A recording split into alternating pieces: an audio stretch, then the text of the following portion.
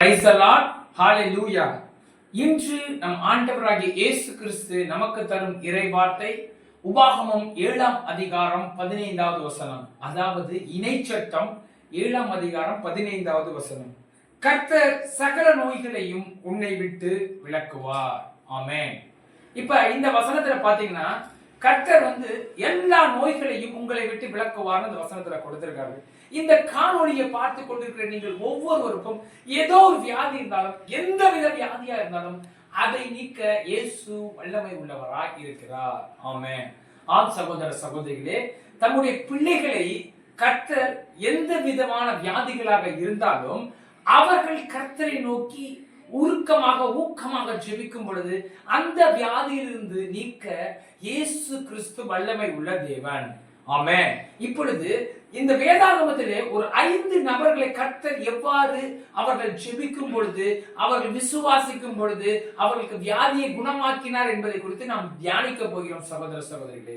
முதலாவதாக நாம் எசேக்கியா மன்னனை குறித்து தியானிக்கும் பொழுது, இதற்காக நாம் பழைய ஏற்பாட்டிலே 2ஆம் ராஜாக்கள் புஸ்தகத்திலே 20ஆம் அதிகாரத்திலே பயணிக்கும் பொழுது அங்கே எசேக்கியா ராஜா வியாதிப்பட்டவனாய் இருக்கிறான் என்று நாம் படிக்கின்றோம்.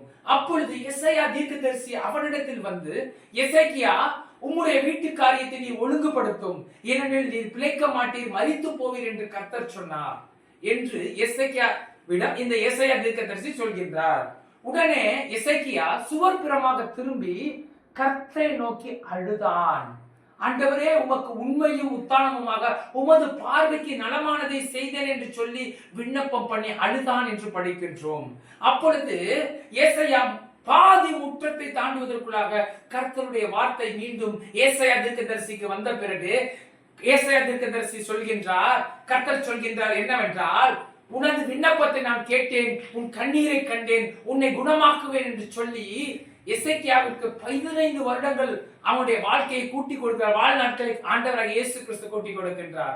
ஆக இதிலிருந்து நீங்க என்ன பார்க்கின்றீர்கள் என்றால், நீங்கள் ஊக்கமாக கண்ணீரோடு ஜெபிக்கும் பொழுது உங்களுடைய வாழ்நாட்களை கூட்டி கொடுப்பதற்கு, அதிகப்படுத்தி கொடுப்பதற்கு நாம் இயேசு வல்லமை உள்ளவராக இருக்கிறார். சகோதர சகோதரிகளே, 15 வருடங்களை போனஸாக இந்த எசேக்கியா பெற்றுக் கொண்டார்.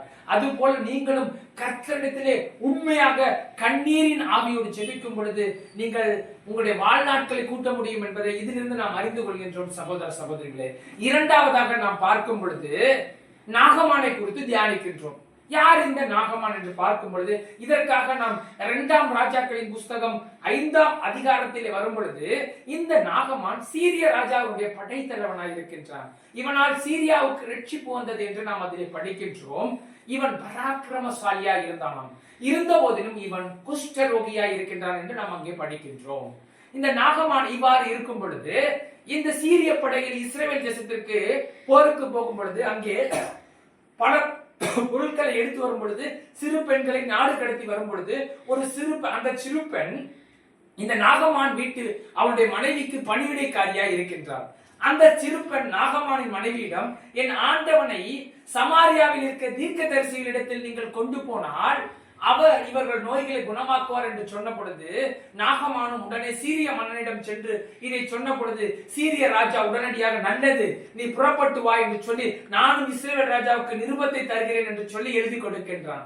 இதை எடுத்துக்கொண்டு இந்த நாகமான் இஸ்ரவேல் ராஜாவினிடத்தில் செல்லும் பொழுது இஸ்ரவேல் ராஜா தன்னுடைய வஸ்திரங்களை கிழித்துக் கொண்டு, இவனுடைய குஷ்டரோகத்தை நீக்குவதற்கு நான் என்ன தேவனா, படைப்பது காப்பதற்கும் நான் என்ன தேவனா என்று கேட்கும் பொழுது இவ்வாறு இஸ்ரவேல் ராஜா வஸ்திரத்தை கிழித்துக் கொண்டார் என்று எலிசா கேள்விப்பட்ட பொழுது அவனை என்னிடத்தில் வர சொல்லுங்கள் என்று ஆள் அனுப்பும் பொழுது இந்த நாகமான் எலிசாவின் வாசற்படியில் இருந்து நிற்கும் பொழுது ஆள் அனுப்பி அவனை யோர்தான் நதியிலே 7 முறை ஸ்நானம் பண்ண சொல்லுங்கள் என்று சொல்லிவிட்டார். உடனே இந்த நாகமானுக்கு கோபம் வந்துவிட்டது. நான் வந்திருக்கிறேன், என்னை பார்த்து தன்னுடைய உமிழ்நீரை தொட்டோ இல்லை ஜெபம் பண்ணியாகவோ என்னை குணமாக்குவார் என்று பார்த்தால், பார்க்க கூட இல்லாம 7 முறை முழுகு என்று யோர்தான் நதியிலே குளிக்க சொல்கிறாரே, எங்க தமஸ்கு நகரில் இருக்கிற நதிகளை விடையா இந்த யோர்தான் நதி உயர்ந்தது என்று சொல்லி அவன் கோபத்தோடு மீண்டும் கிளம்ப செல்லும் பொழுது அவனுடைய ஊழியக்காரன் அவனை பார்த்து, ஆண்டவன் மாரே, அவர் சிறிய இந்த எளிமையான காரியத்தை தானே சொன்னார், இதை விட கடினமான காரியத்தை சொன்னால் நீ செய்திருப்பீர் அல்லவோ, ஒரு முறை செய்து பாருங்கள் என்று சொன்ன பிறகு இந்த நாகமான் அந்த யோர்தான் நதியிலே 7 முறை மூழ்கி எழுந்திருக்கும் 7வது முறை மூழ்கி எழுந்திருக்கும் பொழுது அவனுடைய மாம்சமானது சிறு பிள்ளையின் மாம்சத்தை போல மாறியது. அதாவது குஷ்டரோகம் அவனை விட்டு நீங்கிற்று. அல்லேலூயா. இதிலிருந்து நீங்கள் பார்க்கும் பொழுது குஷ்ட ரோகத்தை நீக்க நம் ஆண்டவர் இயேசு கிறிஸ்து வல்லமை உள்ளவராய் இருக்கிறார். சகோதர சகோதரிகளே, எப்பேற்பட்ட வியாதியாக இருந்தாலும் அதை நீக்க இயேசு வல்லமை உள்ளவர். ஹalleluya. இப்பொழுது நாம் பழைய ஏற்பாட்டில் 2 காரியங்களை குறித்து பார்த்தோம். எசேக்கியா மன்னனையும் நாகமானையும் குறித்து பார்த்தோம். இப்பொழுது புதிய ஏற்பாட்டில் நம் ஆண்டவராகிய இயேசு கிறிஸ்து எவ்வாறு தன்னுடைய பிள்ளைகளை வியாதியிலிருந்து மீட்கின்றார் என்பதை பார்ப்போம். முதலாவதாக நாம் யோவான் எழுதின சுவிசேஷம் 5ஆம் அதிகாரத்திலே வாசிக்கும் பொழுது இயேசு கிறிஸ்து எருசலேமுக்கு வந்தார் என்று யோவான் 5:1 படிக்கின்றோம். அங்கே பெதஸ்தா என எபிரேய பெயர் கொண்ட ஒரு குளம் இருந்ததாம். அங்கே 5 மண்டபங்கள் இருந்தது என்று நாம் படிக்கின்றோம். அங்கே சப்பானிகள், ஊனமுட்டவர்கள் எல்லாரும் அங்க உட்கார்ந்து இருப்பாங்க. எதற்காக பார்த்தா, தூதன் வந்து அங்க இறங்குறப்ப, அந்த தண்ணியை கலக்கிறப்ப அதுல யார் முதல்ல குதிக்கிறாங்களோ அது எப்பேற்பட்ட வியாதியாக இருந்தாலும் அவன் சுஸ்தமாயிருவான். இதற்காக நிறைய பேர் வியாதியஸ்தர்கள் எல்லாம் அங்க உட்கார்ந்து இருக்காங்க. அங்க பாத்தீங்கன்னா 38 வருஷமா வியாதியோட ஒரு மனுஷன் இருக்காங்க. இயேசு அவனை பார்த்த பொழுது அவன் வெகு நாளா வியாதியா இருக்கிறதை கண்டு அவனை நோக்கி பார்த்து ஆண்டவர் சொல்றானா, உன் வியாதி நீங்க சுஸ்தமாக நீ விரும்புகிறாயா அப்படின்னு இயேசு கேட்கிறப்ப அவன் சொல்றானா, ஆண்டவரே நான் ரொம்ப நாளா இங்க இருக்கப்பா, நான் வந்து இந்த குளத்துல தண்ணி கலங்குறப்ப போய் குதிச்சிடலான்னு பாக்குறது எனக்கு முன்னாடி எல்லாரும் குதிச்சிடுறாங்க. அப்ப யாருமே என்ன கூட்டிட்டு போறதுக்கு ஆள் இல்ல, அதனால நான் ரொம்ப நாளா இங்க இருக்கேன்னு சொல்றப்ப, மகனே உன் படுக்கையை எடுத்துக்கொண்டு எழுந்து நடன்னு சொன்ன உடனே அவன் படுக்கையை எடுத்துக்கொண்டு நடந்தானாம். அப்ப சகோதர சகோதரிகளே, 38 வருஷங்களாக வியாதியா இருந்தவனை குணமாக்க நம்ம ஆண்டவராய் இயேசு கிறிஸ்து வல்லவர் என்றால், இன்று உங்களுக்கு இருக்க சின்ன வியாதிகளை எல்லாம் குணமாக்க இயேசு வல்லமை உள்ளவர். எபிரேயர் 13:8 சொல்லுது, இயேசு கிறிஸ்து நேற்றும் இன்றும் என்றும் மாறாதவரா இருக்கிறார். அப்ப அன்னைக்கு இருந்த தேவன் இன்னைக்கு மாறாத தேவன். அப்ப அன்னைக்கு 38 வருஷமா இருந்தவனுடைய வியாதியை குணமாக்கின தேவன் இந்த காணொலியை பார்த்து கொண்டிருக்கிற உங்களுடைய வியாதியையும் குணமாக்க வல்லமை உள்ளவராக இருக்கிறார். ஆமென். இப்ப இரண்டாவதாக நம்ம பார்க்கும் பொழுது புதிய ஏற்பாட்டுல 2வது மார்க் 2ஆம் அதிகாரத்துல நீங்க பார்த்தீங்கன்னா அங்க என்ன நடக்குதுன்னு பார்த்தா, இயேசு கப்பர்நாமுக்கு வந்து வீட்டிலே பிரசங்கம் பண்ணி கொண்டு இருக்கும் பொழுது மக்கள் எல்லாம் கூடிட்டாங்க. அப்படி ரொம்ப கூட்டம் ஃபுல்லா இருக்கா. அப்ப முடக்குவாதம் முற்றவனை கட்டில 4 பேர் தூக்கிட்டு வராங்க. தூக்கிட்டு வரப்ப போறதுக்கு வழி இல்ல, வீட்டு ஃபுல்லா ஆளு கூட்டமா இருக்கு. உடனே என்ன பண்ணிருக்காங்க, வீட்டு மேற்கூரைக்கு போய் அந்த கூடையை திறப்ப பிரிச்சு கயிறு கட்டி அப்படியே கீழே இறக்குறாங்க. இயேசு அவருடைய விசுவாசத்தை பார்த்து, மகனே உன் பாவம் மன்னிக்கப்பட்டது, உன் படுக்கையை எடுத்துக்கொண்டு வீட்டுக்கு போ அப்படின்னு சொல்றாரு. உடனே அவன் படுக்கையை எடுத்துக்கொண்டு வீட்டுக்கு போனான். ஆமென். இங்க நீங்க பார்க்க வேண்டியது என்னன்னா, ஆண்டவர் அவருடைய விசுவாசத்தை பார்த்து உன் பாவம் மன்னிக்கப்பட்டதுன்னு சொல்லி அங்க சுகத்தை கொடுக்கிறாரு. ஆக நாம விசுவாசத்தோடு ஜெபிக்கும் பொழுது நமக்கு எப்பேற்பட்ட வியாதியாக இருந்தாலும் அவற்றை நீக்க இயேசு வல்லமை உள்ளவராக இருக்கிறார். அப்ப அங்க எசேக்கியா கண்ணீரோடு ஜெபித்தா அங்க விடுதலை கொடுத்த தேவன், இங்க விசுவாசத்தோடு அவங்க மேல இறக்குனாங்க, கீழே இறக்கணும்னு என்னாச்சு, இயேசு அங்க சுகத்தை கொடுக்கிறார். அப்ப கண்ணீரோடு ஜெபிக்கிறப்ப அவர் சுகத்தை கொடுக்கின்றார், விசுவாசத்தோடு ஜெபிக்கும் பொழுது சுகத்தை கொடுக்கின்றார், நெடுநாளா இருந்தவனுக்கு சுகத்தை கொடுக்கிறார்.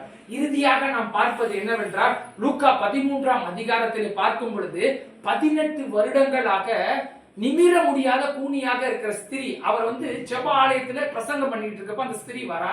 அவளை பார்த்து இயேசு சொல்றாரு, எவ்வளவு நிமிர முடியாத கூனியா இருந்தாலும் வசனம் வருது. அப்ப இயேசு ஸ்திரியே உன் பலவீனங்கள் நீங்கி நீ விடுதலை பெற்றான்னு சொல்லி அவளை தொட்ட உடனே அவள் நிமிர்ந்து தேவனை மகிமைப்படுத்தினான் அங்க படிக்கிறோம். அப்ப இயேசு அவளை தொட்டவுடன் அவளிடம் இருந்த பலவீனம் எல்லாம் நீங்கி அவள் நிமிர்ந்து தேவனை மகிமைப்படுத்தினார். அப்ப இயேசு இந்த காணொலியை பார்த்துட்டு இருக்க உங்க பலவீனப்பட்டிருக்க உங்களை இன்னைக்கு இயேசு தொட போகிறார். சகோதர சகோதரிகளே, அவருடைய வல்லமை உங்களை தொட போகிறது. அவர் தொட்ட உடனே அவள் நிமிர்ந்து தேவனை மகிமைப்படுத்தினாராம். இன்னைக்கு அந்த இயேசு கிறிஸ்து இந்த காணொலியை பார்த்துக்கிட்டு இருக்க உங்களை தொடுகின்றார். நீங்கள் நிமிர்ந்து தேவனை மகிமைப்படுத்த வேண்டும். சகோதர சகோதரிகளே, இப்பொழுது நாம் தேவனை நோக்கி ஜெபிப்போமா? அன்பு தகப்பனே, உம்மை ஸ்தோத்திரிக்கிறோம், துதிக்கிறோம் அப்பா. அப்பா 5 நபர்களை நாங்க பார்த்தோம் தகப்பனே. விசுவாசத்தோடு ஜெபித்தவனுக்கு நீங்க சுகத்தை கொடுத்தீங்க தகப்பனே. கண்ணீரோடு ஜெபித்தவனுக்கு சுகத்தை கொடுத்தீங்களேப்பா. அப்பா அது போல நிமிர்ந்து தேவனை மகிமைப்படுத்தினான் என்று நாங்கள் படிக்கிறோம் தகப்பனே. பலவீனப்பட்ட எங்களை நிமிர வைங்க தகப்பனே. நாங்கள் தேவனை மகிமைப்படுத்த வைங்க தகப்பனே. அதற்காக உமக்கு நன்றி செலுத்துகிறோம் அப்பா. இந்த காணொலியை பார்த்து கொண்டிருக்கிற உங்களுடைய பிள்ளைகள் ஒவ்வொருவருடைய வியாதியை நீக்கி அவர்களை பலப்படுத்த நீர் வல்லமை உள்ளவர் என்று நாங்கள் விசுவாசிக்கிறோம் அப்பா. விசுவாசம் உள்ள ஜெபம் கேட்கப்படும். நீ விசுவாசித்தால் தேவனுடைய மகிமையை காண்பாய் என்பது போல நாங்கள் விசுவாசிக்கிறோம் தகப்பனே. நீரே வல்லமை கொடுத்து பலத்தை கொடுத்து தேற்றுகிற தேவனாய் இருப்பதற்காக ஸ்தோத்திரம். இயேசுவின் நாமத்தில் ஜெபிக்கிறோம் பிதாவே, ஆமென். Praise the Lord. இப்ப இந்த காணொளியை பார்த்து கொண்டிருக்கிற நீங்கள் அனைவரும் ப்ரோஸ் செபாஸ்டியன் அப்படிங்கிற யூடியூப் சேனலை சப்ஸ்கிரைப் செய்யுமாறு இயேசுவின் நாமத்தில் கேட்கின்றோம். ஆமென்.